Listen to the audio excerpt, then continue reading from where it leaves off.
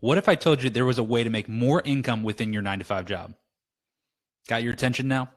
Good, because today's lecture is going to be all about entrepreneurship. Not sure what entrepreneurship is? Stay tuned and I'll tell you about it. So, entrepreneurship, right? This is what we're going to talk about today. And that's really the key to growing your income within your 9-to-5 job. Now, if you're not sure what entrepreneurship is, don't worry. I'm going to define it for you.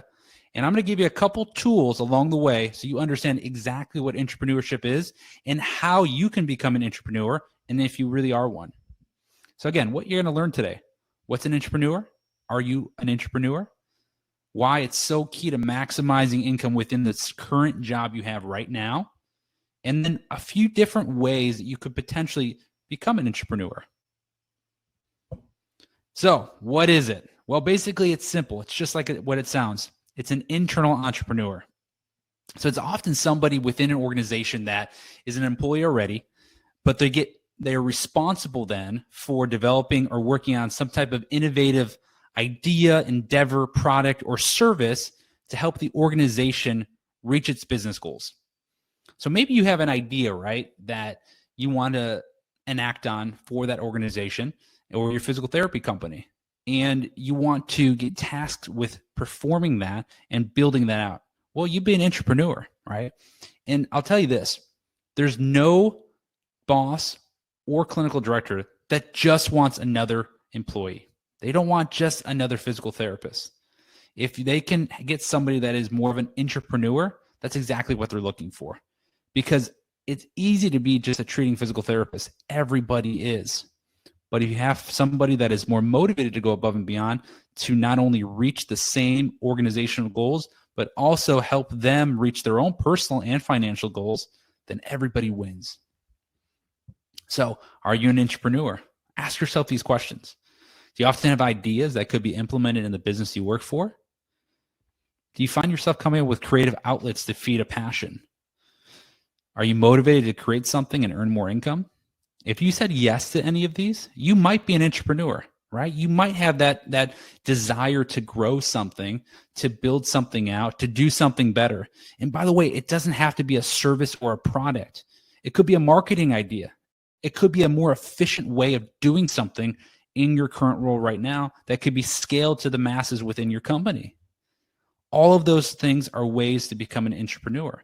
And the reason why it's the key to maximizing your income within your 9-to-5 role is because now you become more valuable to an organization. And because you become more valuable to an organization, now you have the ability to negotiate more income because you're doing more for the organization besides just treating patients. So let's talk about a couple ideas, right? And the differences between employees and entrepreneurs, all right? If you're thinking, okay, what is the difference, right?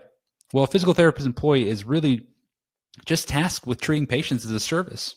And in turn for providing that service, it produces income, right? So for example, if a physical therapist treats 10 patients in a day, and let's say you're in a typical insurance model outpatient, 10 patients a day is billed out to the insurance. We know how long it takes for insurance to come back, multiple weeks and days.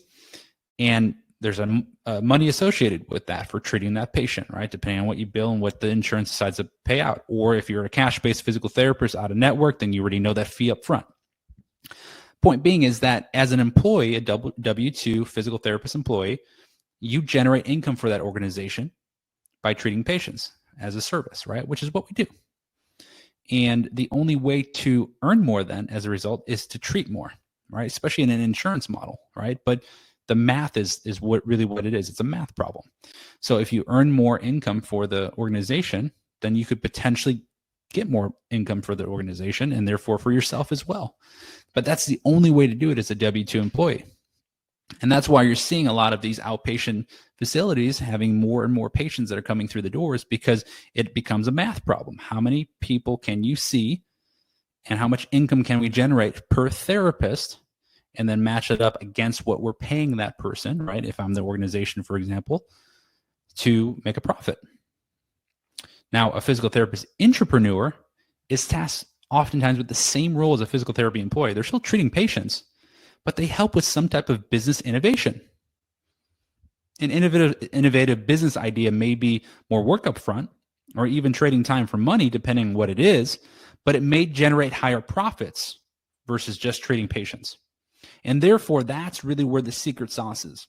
If you can generate more income doing something innovative in addition to trading or in change of treating patients, then therefore now you become more valuable for that business organization's goals. Because remember, the business organization, no matter what, has to make a profit, or at least has to break even minimum just to pay their employees, their rent, the FICA taxes, all the payroll taxes, everybody in the organization, and then hopefully themselves if they're an owner.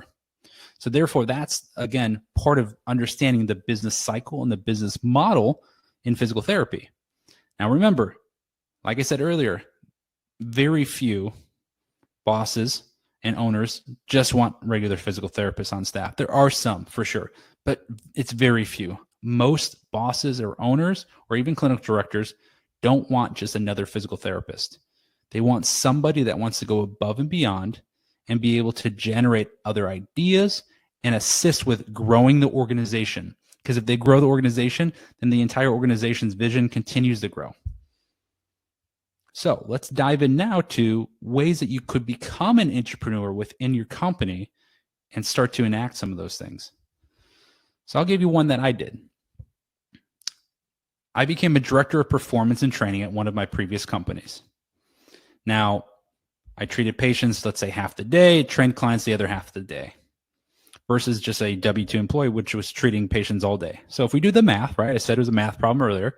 Insurance, let's just say you saw 10 patients as just a W-2 employee, and let's say the insurance paid $80 for them, right? Let's forget the fact that that $80 isn't going to come in for at least 3 months. That's $800. Now, let's say somebody who's a director of performance and training was able to, treat 5 patients under insurance and then another 5 clients for performance training or personal training. Well, that's a cash-based service. That's not insurance driven. So that can be a higher ROI because we can charge more money, right? So let's say you charge $100. Well, now I have $900 for treating the same or for working with the same amount of clients, but it's a $100 difference. Okay, and that's just a very simple example, but things that you can scale is something like personal training or performance training or return to sports stuff, whatever it may be, right? You just have to do the math and then do the marketing, okay? That's one example, right? Another example, counselor physical therapy. I've done a lot of this over the time, and I've done it from multiple companies. I've done it myself too with companies that don't want to do it. So, here's another really popular example that can make you an entrepreneur within your own company, right? Let's say that you work in an area that has a lot of need for that, or you see a need for that and you think that you can help set that up and get that going, right? Let's say you treat 5 patients in the clinic and 2 out of the clinic. That's 7 total versus just a W-2 employee that treats just 10 patients, right? So same example as earlier. Insurance, 10 patients times $80, $800. Insurance, 5 patients times $80. And then 2 concierge patients, let's say you charge them $300 a client because you're going to their house. That's $1,000. That's a $200 difference, right? So therefore, there is more profit for the company. Now, let's say that, listen, I'm ignoring the fact that you're going to get reimbursed income for driving to the patient's house or whatever it may be. But even still, there's going to be more income than the $800. And therefore, scaling that over time could earn you a bonus, could earn you, a higher salary. There's room for negotiation because you've been innovative within your own company. That is an example of an entrepreneur. Here's another one, being an educator. Okay. So treating patients 9 to 5 full time, fine. You just want to keep treating patients, but you got this passion for teaching. Well, you could create a course, right? Create a course within your company and do it on weekends, right? You use the facility that you work in, right? And therefore what happens is you guys can come up with, ways to market it, ways to charge for it, and then get physical therapists to come in to take the courses, right? Otherwise, you're just treating 9 to 5. So let's say you're a full-time physical therapist and you're doing content courses, the same one that would make just as a full-time PT, $85,000, let's use it as an example. Well, you add some content courses, 4 courses a year, right, on just weekends. That might not yet another 4,000. Again, I'm just making up numbers here, but the idea is there, right? You could become an entrepreneur within your own company, add to the company's vision and business goals, and then earn yourself some additional income as well. What you do with that additional income is up to you, but that can be scaled year after year after year. So let's say you absolutely love the organization you're working for. Let's say that they're an organization that is wanting to grow. Start bringing these things up after you come up with a plan to your bosses, your clinical directors, and they will give you opportunities. Now, if you're in the wrong organization, they won't. That means that you're in the wrong organization for that. And maybe that means you're just doing something on your own. That's fine too. That's fine too. But oftentimes you'll get more resources within your company if you have the right company. So the question is, what's your ideal, right? What do you want to do, right? This might not be for you, or maybe it is. Maybe you're like, oh my gosh, this is exactly what I want to do.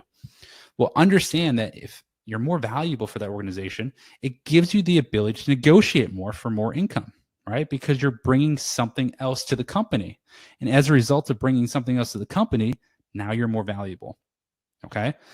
Furthermore, being more valuable can also lead to more autonomy within your 9 to 5, right? Let's say you have a role now where you're an entrepreneur and a treating physical therapist.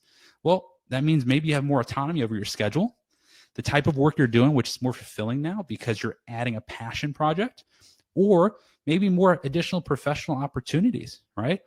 I've had all those things because I've been an entrepreneur within my own company where I've done concierge stuff, which gives me more professional opportunities. I've been able to, create other types of income for an organization and therefore get a little bit more on the back end because I've built it up. You can do the same exact thing. So again, the question is, what is your ideal? And is this something that interests you? So if you're interested in this stuff, right, you want more resources, well, guess what? The student physical therapist has a lot of resources for you, right? This is just one example of a way you can earn more income, grow your professional career. There's a lot of different resources out there for you. We have our Student Physical Therapist Academy, which this will be housed on as well as just a quick reference guide, right? That goes through detailed ways to make more income, add professional growth opportunities, and more, right? Clinical tracks, the whole 9 yards. Student Physical Therapist Professional Growth Track right on our website goes through different opportunities to grow your career.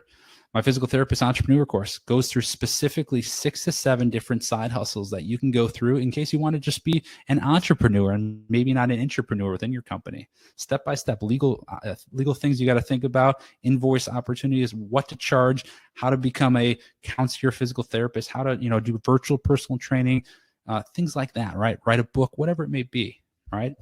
Physical therapist consultant course, same thing. Consulting's been a game changer for me over the years. It's added so much passion to what I do as a sports physical therapist. And then finally, if our podcast, the Business Minded Sports Physio podcast, we have so many things on there, interviewing people, me giving examples of things I've done as well. And that's really all about cashing in on your passions, monetizing your expertise, right? Figuring out what you guys love to do and ways to earn a living doing it, right? Because we love our profession of physical therapy. We just want to have the ability to have some freedom and also earn more income and have some career satisfaction. So again, tons of resources on the Student Physical Therapist. I really encourage you guys to look at it. If you have any other questions, please reach out to myself or Jim anytime. Thanks for watching.